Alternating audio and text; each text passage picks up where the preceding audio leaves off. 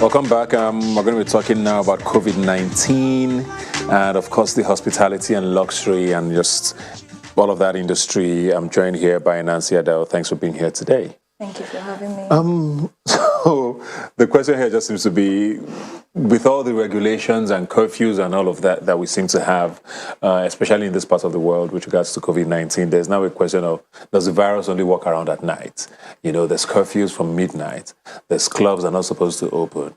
Bars are supposed to close at a certain time. Mm-hmm. Even the crossover service was told to close at 10 because of the virus. So it now says, so do you not catch the virus before 10 o'clock? And so it's very confusing for a lot of people. And there seems to be almost a certain sector of the economy that's targeted by this.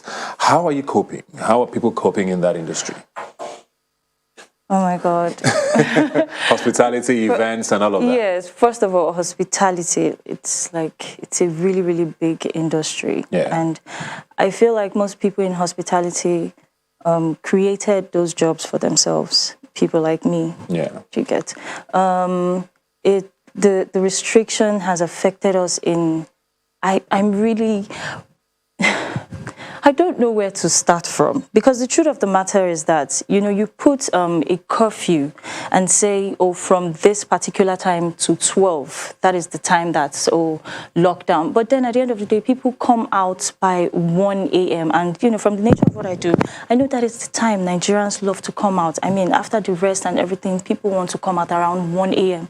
to 4 a.m. and you're not supposed to move around by 1 a.m. to 4 a.m. So there's a restriction on the business, but the business is suffering. So you didn't just restrict the business, you actually shut the business down. Yes.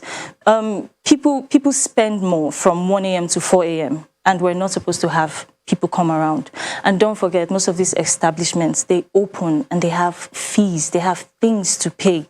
So imagine the cost of running a generator. From what time? From 8 p.m. to 12 p.m. and no customers, and customers start coming in at 1, and so you have to tell the customer, oh, you can't come in, yeah, because I mean it's lockdown. So it's a bit of a dilemma, because as a business owner, I mean, I just finished, like, money is running, I have to make money, and there's nothing in place for me. So, you know. But so that's been the biggest debate now, of course, with COVID, since it came in and wreaked havoc on economies across the world in March. Mm-hmm. Even in Europe, there's been this debate of, do we save people or do we save the economy? Mm-hmm. Because the economy has suffered so much, and probably it's time for us to just open up things, and hopefully the herd immunity kicks in. And so do you see where government is coming from, saying that, okay, do we just open up everything and just let people loose when people are still going to die? There has to be some form of protection, isn't there? I feel like government should provide like an intervention fund. When you say, oh, we're going to stop this thing, there should be like an alternative. So when you put a restriction, like, oh, we're restricting this because of, we're trying to curb the virus, the spread, and all that. So what do we do to be sure that, you know, business owners are not losing, because they are losing? They're not. It's a difference. There's a difference between, we're not making as much as we used to make, and they're not making anything right now because the taxes are still coming in. That's from the government side. I mean, you're putting a restriction, but you're still making it. Yes, you're still making it harder for these businesses. You're still charging them the same thing, even more, because most of the things that you would buy, like, let's say 100 and something naira, right now is 400 and something naira. So there's like 300% increase on everything. The state governments, they're taking their taxes. The local governments, they're taking their taxes. People are still bringing bills. And from these governments, from the government, there has to be some sort of there has to be some sort of relief at least from government. Yes. But we're joined now by Ebuka Obunia via Skype, who also works in the hospitality industry. Ebuka, just to get your perspective on things now, and I think I'm just trying to get what sorts of things are people in that industry now trying to do or thinking about doing to work around this. We've seen people in entertainment suddenly working online and dropping movies on Netflix or on YouTube or on Instagram. Are there ways around making money still for the hospitality industry in a time like this? And what sort of methods are you employing? Hi, Ebuka. First of all, I'd like to say that, yes, there are ways that alternative modes of operation, which we are trying to put in place so that we make some money. But like she said, it's no longer a situation of we are no longer making as much money. We are actually losing money. Okay, so modes of operations, like we started thinking about takeouts, deliveries, and all that. But Ebuka, I have to be honest with you, it's not the same.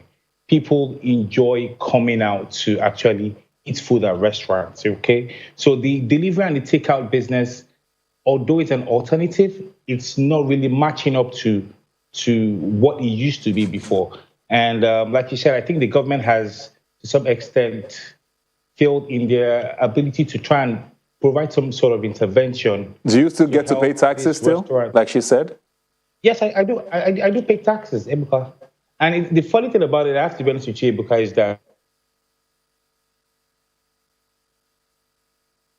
I think we lost Ebuka there, unfortunately. But that's actually very scary for a lot of people to hear that you are not working, your businesses are shut down or curbed to a certain extent, and you're still being forced to pay taxes. So, do you have any sort of interaction with government on that end to say, okay, this is what we want, and are you getting any feedback at all? No, I'm going to try as much as possible to use words that, because... Please try. It's like where do I start from? It's everywhere. Yeah. That's the answer you get right now. Like, why do we have to pay for this? Like, you see what's happening. The economy is in shambles, for the love of God. We're not making any money at all. And then these taxes are higher than the normal tax rates that we pay. Even when business was good. Exactly. So what do we do? What's going on? And they're like, it's everywhere. It's economy. That's the answer we get. Nobody ever gives you a straight answer. Yeah. Yes, we all know about the system. So what are you doing now? What are you doing? What's the way around this? Because Nigerians always tend to people say Nigerians are a government on their own. You provide your own water, lights, road. As a business now, it's almost like you have to think up a way to keep things afloat. What sorts of things are you trying to do to work around this? You see the funny thing now is I'm into exclusive private events. Yes. So I don't get to face crowds. Do you get? So events for 10, 15, 20 people, that's not a lot. That's not a lot. So it shouldn't affect me that much, but people are scared. The virus. Yeah. So people are scared. People are like, okay, you know what? If we're going to have this, okay, how about they do the tests, do the test and find out, if you're negative or positive. But who's willing to do a test of about 20-something thousand or 50-something thousand because you want to go, to a party? So how much am I going to spend at that party? So for as long as the virus is around, it's going to be It's going to be a tough one.